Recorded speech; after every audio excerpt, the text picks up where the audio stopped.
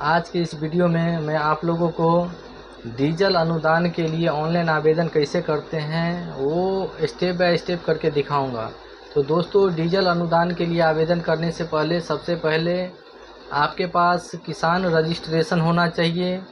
किसान रजिस्ट्रेशन अगर आपके पास है तभी आप किसी भी चीज़ के लिए ऑनलाइन आवेदन कर सकते हैं। दोस्तों, सबसे पहले किसान रजिस्ट्रेशन आपको कराना होगा अगर आपने अभी तक अपना रजिस्ट्रेशन नहीं कराया है तो।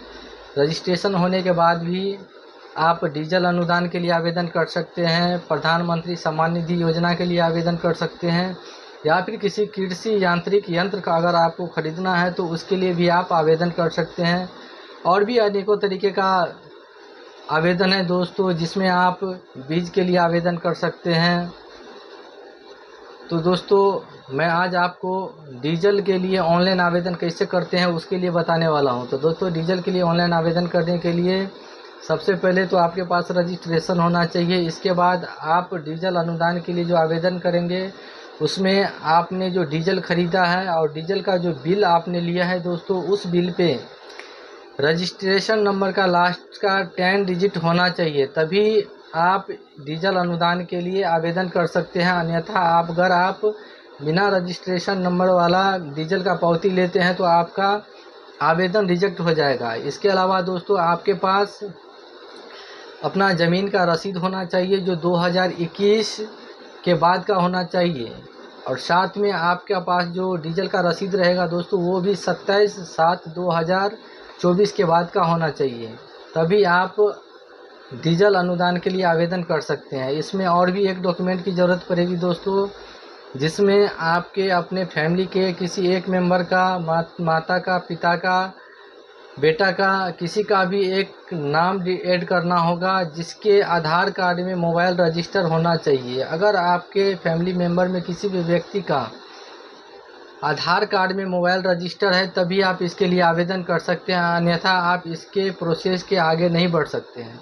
तो चलिए दोस्तों, मैं आपको डीजल के लिए ऑनलाइन आवेदन कैसे करते हैं इसके लिए मैं आपको अपने सिस्टम यानी कंप्यूटर के स्क्रीन पे लेके चलता हूँ। बिहार बिहार लिख के आपको यहाँ इंटर करना होगा। यहाँ पर इंटर करते ही दोस्तों आप अगले पेज पे रीडायरेक्ट हो जाइएगा, जिसमें आपको फर्स्ट ऑप्शन में दिखेगा कृषि विभाग डीबीटी कोषांग, यानी dbt.agriculture.bih.gov.in। तो आपको इस पर क्लिक करना होगा। जैसे ही दोस्तों आप इस पर क्लिक कीजिएगा, आप कृषि विभाग के एग्रीकल्चर डिपार्टमेंट के होम पेज पे रीडायरेक्ट हो जाइएगा। तो आपके सामने में कुछ इस तरीके का इंटरफेस आएगा। तो दोस्तों इसको यहाँ कट कर देना है, और आप यहाँ देख सकते हैं ऑनलाइन सेवाएं, आवेदन की स्थिति, साधारण विवरण संशोधन, उपयोग पुस्तिका। तो दोस्तों आपको डीजल आवेदन करने के लिए ऑनलाइन सेवाएं पे आके क्लिक करना होगा, और इसके नीचे आप देख सकते हैं किसान पंजीकरण, कृषि यांत्रिकरण, बीज उर्वरक, बीज अनुदान, डीजल सब्सिडी। तो दोस्तों डीजल सब्सिडी के लिए 2025-24-25 सेक्शन का आपको इस पे क्लिक करना होगा। इस पे क्लिक करके ही आप डीजल अनुदान के लिए आवेदन कर सकते हैं। तो चलिए दोस्तों, इस पे क्लिक करने के बाद यहाँ डाटा कुछ सेकंड के लिए सर्च करेगा दोस्तों, और सर्च करने के बाद आपको अगले पेज पे रीडायरेक्ट कर देगा। तो चलिए हम वेट करते हैं। तो आप देख सकते हैं डीजल खरीफ अनुदान 2024-25 अनावृष्टि अल्प वृष्टि के लिए ऑनलाइन आवेदन। तो दोस्तों यहाँ पे आप अनुदान का प्रकार आपसे पूछा जाएगा, तो आपका अनुदान का प्रकार क्या है, तो डीजल अनुदान आवेदन है दोस्तों। इसके बाद आपके सामने में कुछ इस तरीके का पॉपअप आएगा, जिसमें कृषि सूचित किया जाता है कि अभी खरीफ मौसम 2024-25 फसल के लिए यह योजना लागू है। तो इस पे आपको क्लिक कर देना होगा, और क्लिक करने के बाद आप देख सकते हैं डीजल अनुदान आवेदन के लिए दिशा निर्देश। एक नंबर में है दोस्तों, प्रिय कृषक, सूचित किया जाता है कि अभी खरीफ मौसम के लिए फसल के लिए यह योजना लागू है। ऑनलाइन आवेदन से पूर्व डीजल रसीद को जेपीजी फॉर्मेट में स्कैन कर तथा 200 केबी तक में रख लें। बटाईदार एवं स्वयं बटाईदार की स्थिति में सिंचाई सत्यापन दस्तावेज को जेपीजी फॉर्मेट में स्कैन कर तथा साइज 200 केबी में रख लें। तो दोस्तों मैं अभी रैयत का डीजल अनुदान कर रहा हूँ, कोई बटाई वाला नहीं कर रहा हूँ। तो इसके लिए आपको इस पॉपअप पे क्लिक करके आपको यहाँ अपना रजिस्ट्रेशन नंबर टाइप करना होगा। तो चलिए हम रजिस्ट्रेशन नंबर टाइप कर देते हैं। रजिस्ट्रेशन नंबर टाइप करने के बाद दोस्तों आप सर्च वाले ऑप्शन पे क्लिक कीजिएगा। सर्च वाले ऑप्शन पे दोस्तों जैसे ही आप क्लिक कीजिएगा यहाँ पे डाटा कुछ सेकंड के लिए सर्च करेगा। तो चलिए दोस्तों हम सर्च वाले ऑप्शन पे क्लिक करते हैं।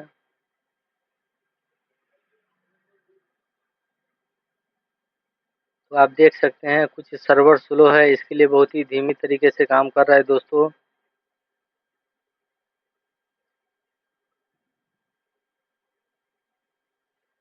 तो देख सकते हैं जैसे ही आपने सर्च वाले ऑप्शन पे क्लिक कर किया वैसे ही आपके सामने में आवेदनकर्ता का पंजीकरणकर्ता का सारा डिटेल्स यहाँ शो कर गया दोस्तों।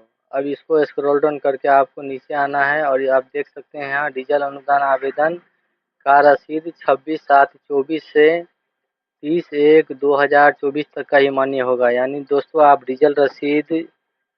डीजल का जो रसीद आप यहाँ पे अपलोड करेंगे वो 26/7/2024 के बाद का कटा होना चाहिए। और अपलोड करने से पहले आपको इस पे ध्यान देना होगा कि आप जो भी रसीद अपलोड करेंगे उस पे सबसे पहले रसीद लेते समय उस पे रजिस्ट्रेशन नंबर चढ़वाएंगे दोस्तों। और साथ में ऑनलाइन आवेदन करते समय इस रसीद पे आपको साइन या अंगूठा का निशान देना होगा। तो चलिए हम आगे शुरू करते हैं दोस्तों।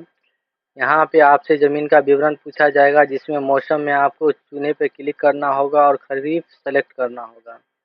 खरीफ सेलेक्ट करने के बाद आपसे फसल का नाम पूछा जाएगा। तो दोस्तों आप फिर से चुने पे क्लिक कीजिएगा और फसल का नाम जो भी हो, जूट, धान, मक्का, दलहन, तेलहन, सब्जी, तो इसमें आपको जो भी हो उस पे आप सेलेक्ट कर लीजिएगा।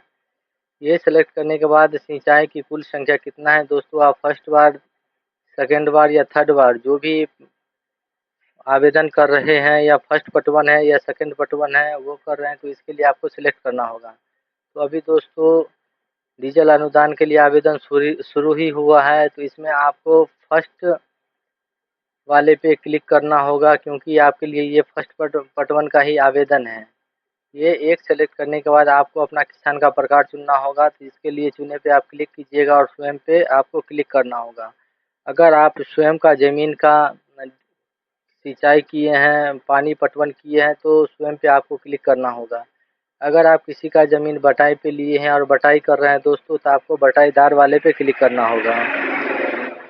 और इसके आगे अगर आपका ज़मीन भी है और आप बटाईदारी भी करते हैं तो आपको स्वयं प्लस बटाईदारी पे क्लिक करना होगा। तो अभी मैं आपको स्वयं वाले पे क्लिक करके स्वयं के ज़मीन का आवेदन करके दिखा रहा हूँ दोस्तों। तो चलिए हम स्वयं पे क्लिक करते हैं।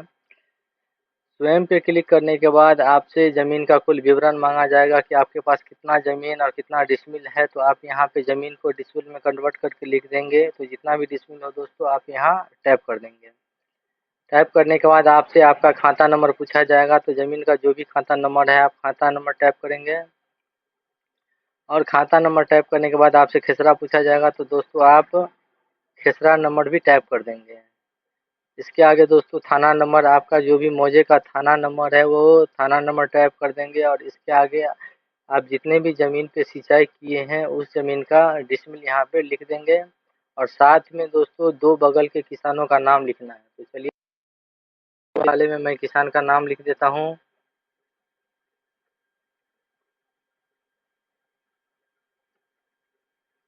तो आप देख सकते हैं मैंने दोनों किसान का नाम लिख दिया है। अगर आपके पास और भी कोई रकबा है दोस्तों तो ऐड न्यू वाले पे क्लिक करके फिर से खाता नंबर, खेसरा नंबर, थाना नंबर, डिसमिल और बगल के 2 किसानों का नाम लिख सकते हैं। तो दोस्तों मेरे पास एक ही प्लॉट नंबर है तो हम एक ही पे क्लिक करके छोड़ देते हैं।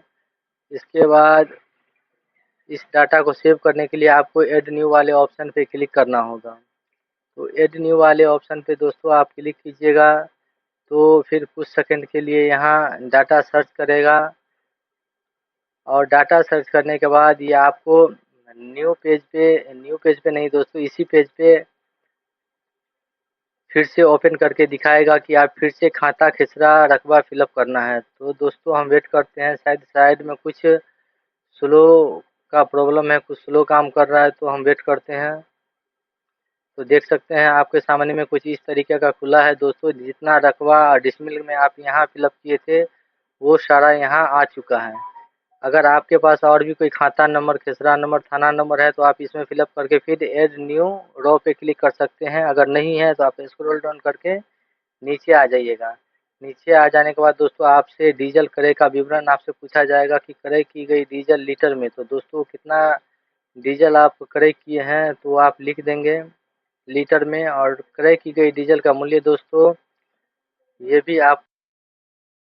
इसके बाद आपका डीजल का जो पावती नंबर है दोस्तों वो आप टैप कर देंगे, जो डीजल के ऊपर रसीद नंबर लिखा होगा। इसके बाद आप किस डेट में डीजल का पावती खरीदे हैं उसका पावती जो आपके हाथ में होगा वो किस डेट का है, वो डेट भी आपको सिलेक्ट कर लेना होगा। सिलेक्ट करने के बाद दोस्तों आपसे पेट्रोल पंप का नाम पूछा जाएगा, तो पेट्रोल पंप का नाम आप लिख देंगे।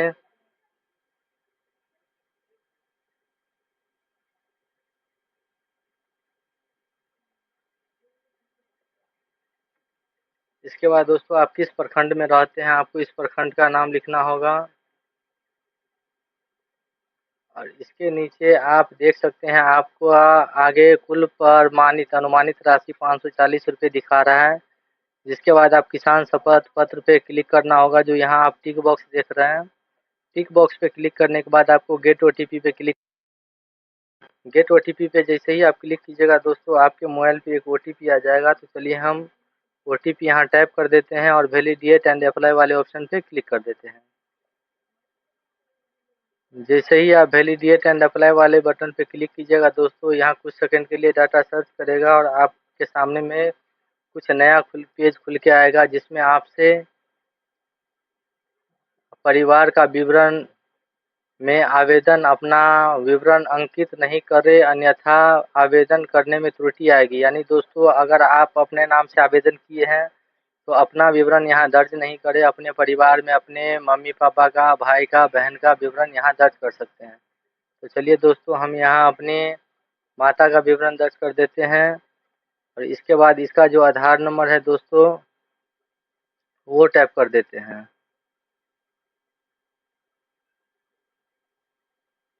आधार नंबर टाइप कर सकते हैं।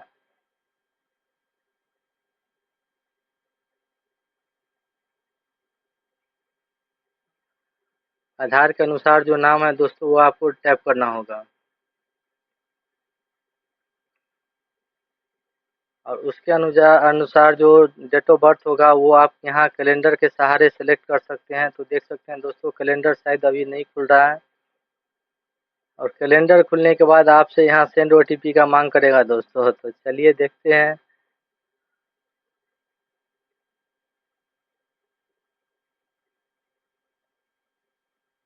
इसके बाद आपको सेंड ओटीपी पे क्लिक करना होगा। जैसे ही आप सेंड ओटीपी पे क्लिक की दोस्तों आपके सामने में यहाँ एक टिक बॉक्स आएगा, ओटीपी बॉक्स आएगा, जहाँ पे आपको अपना ओटीपी फिलअप करना होगा। और ओटीपी फिलअप करने के बाद टैप करने के बाद आप सबमिट कर देंगे, और सबमिट होने के बाद आपके फैमिली का ये विवरण सक्सेसफुली सबमिटेड हो जाएगा। इसके बाद आप यहाँ डीजल पावती पे का रसीद डाउनलोड यहाँ अपलोड कर सकते हैं, जिसके लिए आपको चूज़ फाइल पे क्लिक करके दोस्तों यहाँ से आपको अपना डीजल पावती सेलेक्ट करना होगा। तो चलिए हम डीजल पावती सेलेक्ट कर लेते हैं। डीजल पावती के बाद आपको यहाँ अपना ज़मीन का रसीद सेलेक्ट करना होगा, जिसके लिए आप चूज़ फाइल पे क्लिक करिएगा, और चूज़ फाइल पे क्लिक करने के बाद आप अपना रसीद यहाँ से सेलेक्ट कर लीजिएगा। रसीद सेलेक्ट करने के बाद दोस्तों आप यहाँ देख सकते हैं कि आपका रसीद जो है मैक्सिमम 100 केबी से 200 केबी से ज़्यादा नहीं होना चाहिए। भूमि दस्तावेज के वाला पीडीएफ एवं डीजल पावती का सत्यापन जेपीजी में होना चाहिए। यानी दोस्तों आपका रसीद पीडीएफ में होना चाहिए और डीजल पावती का रसीद जेपीजी में होना चाहिए। इतना सारा फिलअप करने के बाद जैसे ही आप सबमिट बटन पे क्लिक कीजिएगा आपका डॉक्यूमेंट सबमिट हो जाएगा दोस्तों। और सबमिट होने के बाद ये आपका प्रोसेस अंचल स्तर पे चला जाएगा, जहाँ पे आपका डॉक्यूमेंट का वेरिफिकेशन किसान सलाहकार करेंगे, किसान कोऑर्डिनेटर करेंगे, और सारा वेरिफिकेशन करने के बाद आपके अकाउंट में जो भी अनुमानित राशि बनी है दोस्तों उसके हिसाब से आपके अकाउंट पे पैसा ट्रांसफ़र किया जाएगा। लेकिन दोस्तों आपके अकाउंट पे पैसा ट्रांसफ़र तभी हो पाएगा जब आपके बैंक अकाउंट में एनपीसीआई लिंक रहेगा। अगर आपके अकाउंट में एनपीसीआई लिंक नहीं रहता है तो आपको डीजल अनुदान की राशि का तो आप सबसे पहले अपने बैंक अकाउंट में एनपीसीआई लिंक करा ले या जाकर चेक करवा ले कि आपके बैंक अकाउंट में एनपीसीआई लिंक है कि नहीं। दोस्तों, अगर मेरा ये वीडियो आपको अच्छा लगे तो मेरे इस वीडियो को लाइक और शेयर कर दे और मेरे इस चैनल को सब्सक्राइब कर दे ताकि इस तरीके का वीडियो का नोटिफिकेशन सबसे पहले आप तक पहुंचता रहे। तो चलिए दोस्तों, धन्यवाद।